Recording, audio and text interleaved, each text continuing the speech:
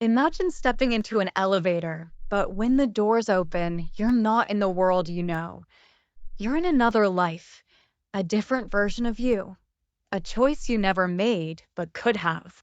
Welcome to MA English Channel, where stories inspire and language comes alive.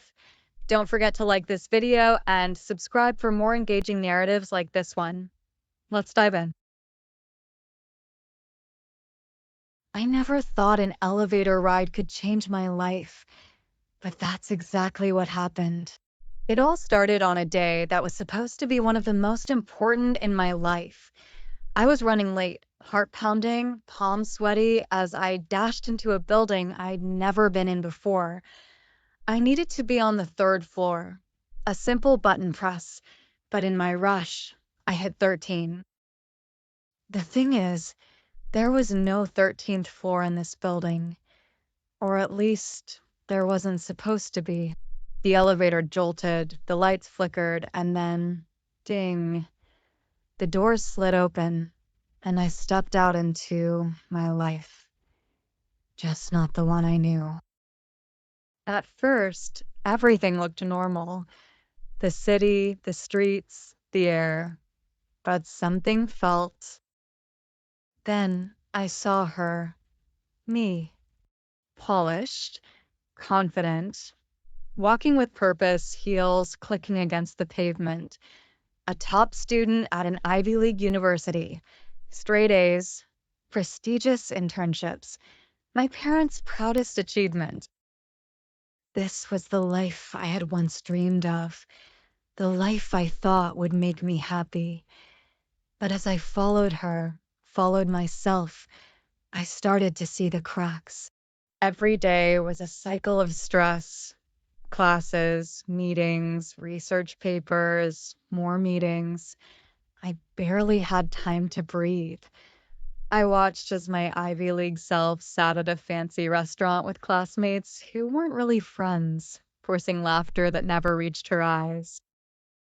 Late at night, she sat alone in a high-rise apartment, staring at a laptop screen, exhausted but unable to sleep. Her phone buzzed. Another deadline, another impossible standard to meet. She had everything I once thought I wanted, and she was miserable.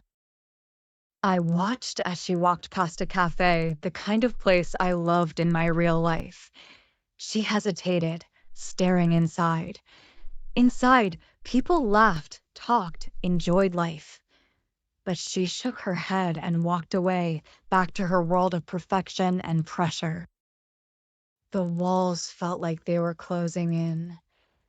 I couldn't stay here. I wouldn't stay here. I turned and ran, heart pounding, back to the elevator. My fingers slammed a random button, anywhere but here. The doors opened, and suddenly everything was alive. Sunlight poured through the windows of a tiny studio apartment, splashing across canvases and song lyrics scribbled on scraps of paper. The air smelled like coffee and paint. I looked around, and there she was, me again. But different. This version of me was an artist, a traveler, a free spirit who had chosen passion over stability. I had no deadlines, no suffocating expectations, just creativity, spontaneity, and adventure. For a moment, it felt perfect. I walked through my own apartment, touching the paintings I had made, flipping through a journal filled with poetry, dreams, ideas.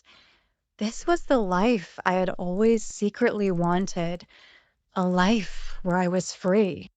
But then I noticed the unopened bills stacked on the counter, the half-eaten meal left out because I'd been too lost in my art to remember to eat. The way my reflection in the mirror looked, tired, uncertain. And then I saw her, my best friend. In my real world, we were inseparable, but here, she barely recognized me. I had gained freedom, but I had lost so much else. A knot formed in my stomach. No, this wasn't right either. I backed into the elevator, pressing another button, desperately hoping the next life would be the one. The doors opened, and I stepped into something straight out of a dream. A beautiful apartment, a closet full of stylish clothes, a job that paid well, friends, a partner who loved me. I had everything. And for a while, I believed this was it. This was what I was searching for. Until I realized something was missing. I met up with old friends. We laughed, we shared stories, but something was off. They talked about a version of me that didn't feel like me. They admired my success, my polished life, but I felt like an outsider in my own world. Then I saw a book on my shelf, a novel I had loved in my real life. In this world, the spine was unbroken. I had never read it, never had time for it. I had changed, but not in a way I liked. I had everything I thought I wanted, but I didn't have me. My heart raced. I didn't belong here. I didn't belong in any of these worlds. I needed to go back to my real life, the imperfect, messy, unpredictable one. I sprinted to the elevator, slamming the button for my floor. The doors closed. The elevator shook. The lights flickered wildly. For a moment, I thought I was trapped, lost between lives that weren't my own. And then, the same day, my real life. I stepped out, my heart still pounding. The world outside looked the same, but I knew I wasn't the same. I had spent so much time wondering, what if? What if I had made different choices? What if I had picked a different path? But now I knew the truth. There is no perfect life, no single right path. Every choice comes with its own sacrifices, its own joys. The only thing that matters is what you do with the life you have. I took a deep breath and walked forward into my life, the one I was finally ready to live.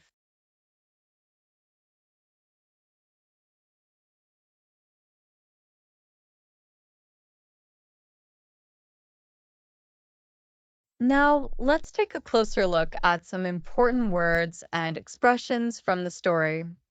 These words are commonly used in everyday English, and understanding them will help you express yourself more naturally. Overthinker. At the beginning of the story, I described myself as an overthinker. This word refers to someone who thinks too much about situations, decisions, or problems, often worrying excessively. Overthinkers tend to analyze every small detail, making it hard for them to act quickly or feel at ease. For example, if someone spends hours deciding what to wear or constantly replays a conversation in their mind, they are overthinking. Pressure cooker. In my first alternate life, I called it the Star Student's pressure cooker. A pressure cooker is a kitchen appliance that uses high pressure to cook food quickly, but in a figurative sense, it describes an environment full of stress and high expectations. When someone is in a pressure cooker situation, they feel constant pressure to perform well. Start to see the cracks. As I observed my Ivy League self, I said I started to see the cracks. This expression means noticing small problems in something that originally seemed perfect.